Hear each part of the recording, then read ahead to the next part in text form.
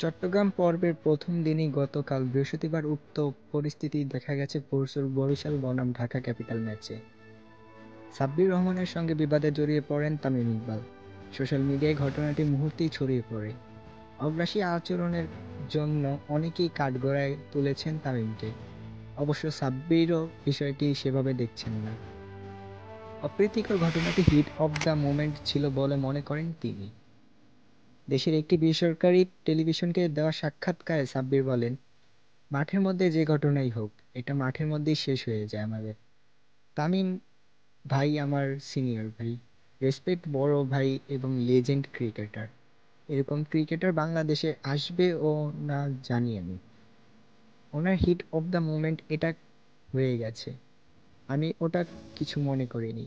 উনি আমার খুবই ক্লোজ বড় ভাই, ওনার সঙ্গে আমার ভালো সম্পর্ক।